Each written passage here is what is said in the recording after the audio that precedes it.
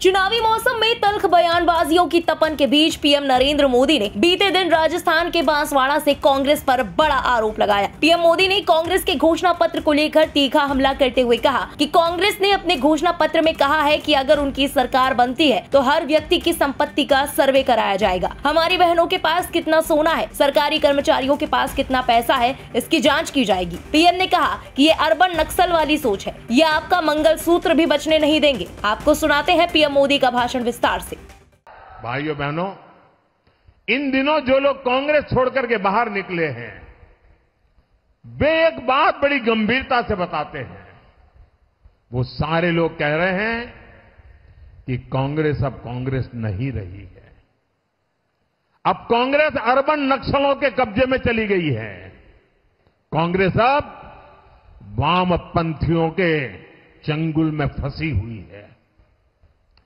तो हमारे एक मित्र ने उनको पूछा कि आप ये कैसे कहते हैं, तो उन्होंने कहा उनका मैनिफेस्टो देख लीजिए, इस बार का कांग्रेस का मैनिफेस्टो देख लीजिए। कांग्रेस ने अपने मैनिफेस्टो में जो कहा है वो चिंताजनक है, गंभीर है, और ये माओवाद की सोच को धरती पर उतारने की उनकी कोशिश है।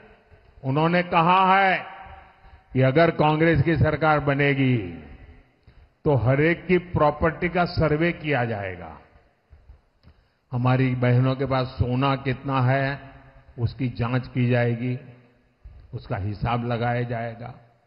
हमारे आदिवासी परिवारों में चांदी होती है, सिल्वर कितना है उसका हिसाब लगाया जाएगा। सरकारी मुलाजिमों के पास कितना जगह है, क्या है, पैसे कहाँ है, नौकरी कहाँ है, उसकी जांच की जाएगी। इतना ही नहीं, आगे क्या कहा है, ये जो गोल्ड है बहनों का और जो संपत्ति है, ये सबको समान रूप से वितरित कर दी जाएगी। क्या ये आपको मंजूर है? क्या आपकी संपत्ति सरकार को हड़पने का अधिकार है? क्या आपकी संपत्ति को, आपने मेहनत करके कमाई हुई संपत्ति को सरकार को ऐंठने का अधिकार है? क्या उस संपत्ति को मेरी माताओं बहनों की जिंदगी में सोना वो सिर्फ शो करने के लिए नहीं होता है, उसके स्वाभिमान से जुड़ा हुआ है। उसका मंगलसूत्र वो एक सोने का कीमत का मुद्दा नहीं है, उसके जीवन के सपनों से जुड़ा हुआ है। तुम उसे छीनने की बात कर रहे हो अपने मैनिफेस्टो में। गोल्ड ले लेंगे, सबको वितरित कर देंगे। और पहले जब उनकी सरकार थी उन्होंने कहा था कि देश की संपत्ति पर पहला अधिकार मुसलमानों का है। इसका मतलब ये संपत्ति इकट्ठी करके किसको बांटेंगे? जिनके ज्यादा बच्चे हैं उनको बांटेंगे। घुसपैठियों को बांटेंगे। क्या आपकी मेहनत की कमाई का पैसा घुसपैठियों को दिया जाएगा? आपको मंजूर है? ये कांग्रेस का मैनिफेस्टो कह रहा है कि वो माताओं बहनों का सोने का हिसाब करेंगे, उसकी जड़ती करेंगे, जानकारी लेंगे और फिर उस संपत्ति को बांट देंगे और उनको बांटेंगे जिनको मनमोहन सिंह जी की सरकार ने कहा था कि संपत्ति पर पहला अधिकार मुसलमानों का है। भाइयों बहनों, ये अर्बन नक्सल की सोच, मेरी माताओं बहनों, ये आपका मंगलसूत्र भी बचने नहीं देंगे, यहां तक जाएंगे, मैं कहने आया हूं। वहीं प्रधानमंत्री के जिनके पास ज्यादा बच्चे हैं वाले बयान पर सियासी घमासान तेज हो गया है। कांग्रेस समेत विपक्ष के कई नेताओं ने पीएम मोदी पर विशेष वर्ग के अपमान का आरोप लगा डाला। कांग्रेस ने पलटवार करते हुए पीएम मोदी के झूठ बोलने और हिंदू मुसलमानों के बीच फूट डालने का आरोप लगाया है। प्रधानमंत्री की टिप्पणी पर प्रतिक्रिया देते हुए कांग्रेस नेता राहुल गांधी ने ट्वीट कर लिखा, पहले चरण के मतदान में निराशा हाथ लगने के बाद नरेंद्र मोदी के झूठ का स्तर इतना गिर गया है कि घबराकर अब वो जनता को मुद्दों से भटकाना चाहते हैं। कांग्रेस के क्रांतिकारी मैनिफेस्टो को मिल रहे अपार समर्थन के रुझान आने शुरू हो गए हैं। देश अब अपने मुद्दों पर वोट करेगा, अपने रोजगार, अपने परिवार और अपने भविष्य के लिए वोट करेगा। भारत भटकेगा नहीं। उधर AIMIM चीफ असदुद्दीन ओवैसी ने पीएम मोदी पर वोट पाने के लिए मुसलमानों के साथ दुर्व्यवहार करने का आरोप लगाते हुए ट्वीट किया कि 2002 से लेकर अब तक मोदी की बस एक ही गारंटी रही है, भारत के मुसलमानों को गालियां दो और वोट बटोरो। अगर बात मुल्क की संपत्ति की हो रही है तो मोदी सरकार में देश के धन पर पहला हक उनके अरबपति दोस्तों का रहा है। भारत के 1% लोग आज देश का 40% धन खा गए। आम हिंदुओं को मुसलमानों का डर दिखाया जा रहा है, पर सच तो यही है कि आपके पैसों से कोई और अमीर हो रहा है। वहीं पूर्व कांग्रेस नेता और राज्यसभा सांसद कपिल सिब्बल ने पीएम मोदी की टिप्पणी पर प्रतिक्रिया देते हुए कहा कि मैं चुनाव आयोग से पूछना चाहता हूं कि आपने कोई कार्रवाई क्यों नहीं की, पीएम मोदी को अभी तक नोटिस क्यों नहीं भेजा। हाल ही में कल की ही बात है कि प्रधानमंत्री ने एक ऐसा भाषण दिया जिससे लगता है कि पहली चरण के जो मतदान हैं उनके पक्ष में नहीं जा रहे।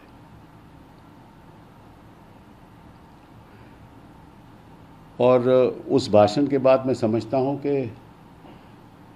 इस देश के करोड़ों लोग निराश होंगे। क्यों निराश होंगे? कि 1950 के बाद शायद ही ऐसा बयान किसी प्रधानमंत्री ने दिया होगा।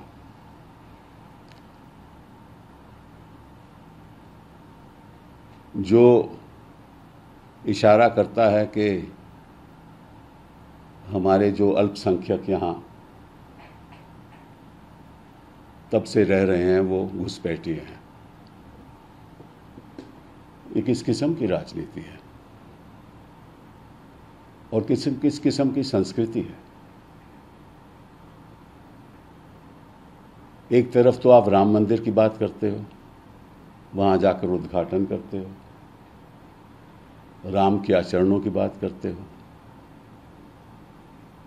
और दूसरी तरफ नफरत फैलाते हो। कहां गया आपका सबका साथ? कहां गया आपका सबका विकास? और कहां गया आपका सबका विश्वास?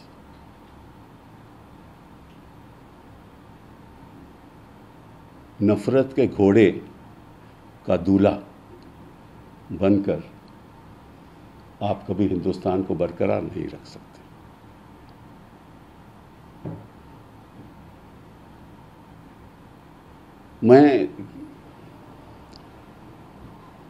मुझे इस बात पे बहुत निराशा है क्योंकि हम प्रधानमंत्री के पद की इज्जत करते हैं और जो भी उस पद पे बैठा हो उसकी भी इज्जत करते हैं। लेकिन जब प्रधानमंत्री इज्जत के लायक न रहे तो जो भी बुद्धिजीवी लोग हैं इस देश में उनको आवाज उठानी चाहिए। मैं कई बार कह चुका हूं कि मोहन भागवत जी भी चुप हैं। क्यों चुप हैं?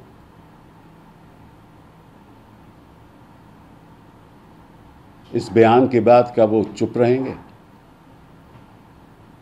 हम आरएसएस का विरोध करते हैं, विरोध करते रहेंगे, लेकिन मैं ये भी समझता हूं कि आरएसएस ने ये बातें मोदी जी को सिखाई नहीं होंगी।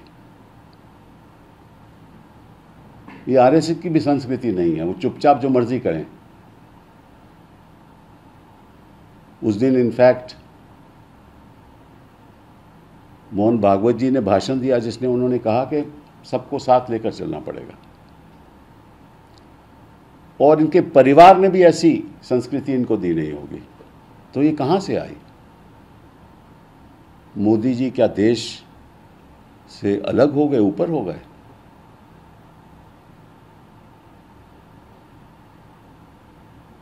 बात करते हैं संपत्ति की। जो संपत्ति 1% लोगों के पास है आज के दिन, 40% देश की संपत्ति 1% लोगों के पास है।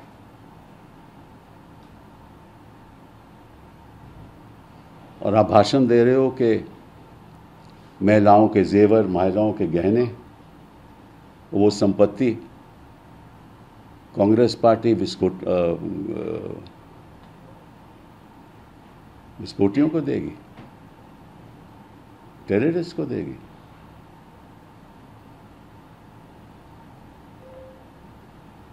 क्या 20 करोड़ लोग इस देश के मायना नहीं रखते? उनकी आकांक्षाएं नहीं हैं?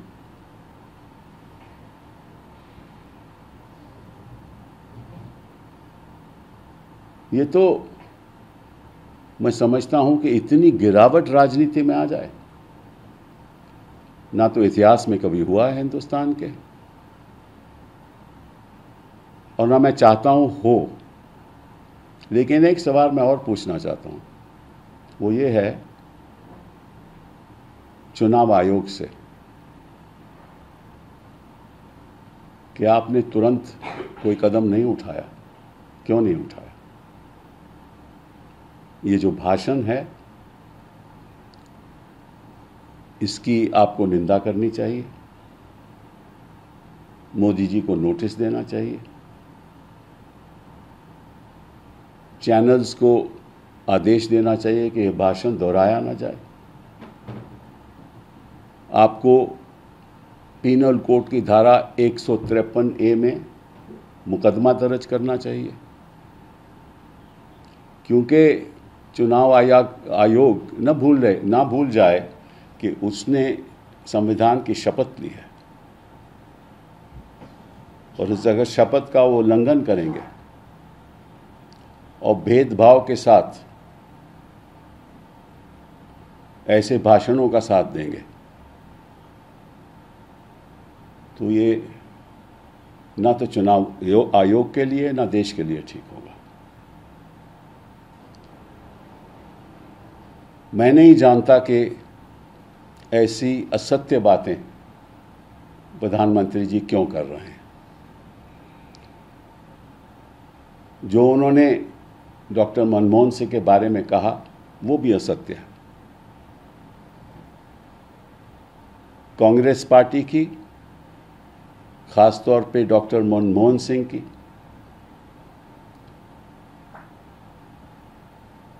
कभी भी ये मंशा नहीं रही कि देश की संपत्ति किसी एक वर्ग को जाए, एक संप्रदाय को जाए।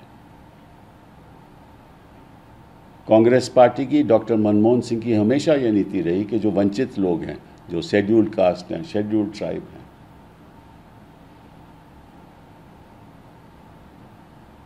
और वंचित लोग, माइनॉरिटीज हैं,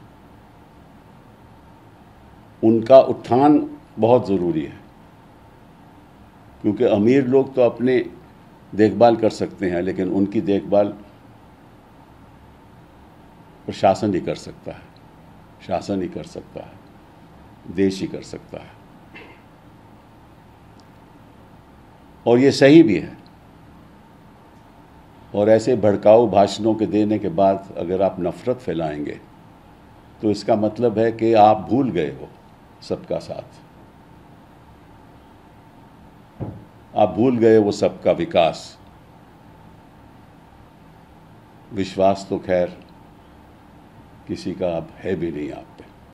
गौरतलब है कि बीते रविवार को राजस्थान के बांसवाड़ा में एक रैली को संबोधित करते हुए पीएम मोदी ने धन पुनर्वितरण सर्वेक्षण वादे को लेकर कांग्रेस पर निशाना साधा था। वहीं अब इस मुद्दे पर राजनीति तेज हो चुकी है। ऐसे में अब देखना होगा कि इस मुद्दे से चुनाव में किसे नफा होता है और किसे नुकसान। ब्यूरो रिपोर्ट, इंडिया पब्लिक खबर। बहरहाल इस पूरी रिपोर्ट पर आपका क्या कहना है, कमेंट सेक्शन में लिखकर अपनी राय जरूर बताएं। देश और दुनिया की तमाम बड़ी और लेटेस्ट अपडेट्स के लिए सब्सक्राइब करें इंडिया पब्लिक खबर के यूट्यूब चैनल को और बेल आइकन दबाएं ताकि चैनल से जुड़ी सारी लेटेस्ट अपडेट्स आप तक वक्त से पहुंच पाए।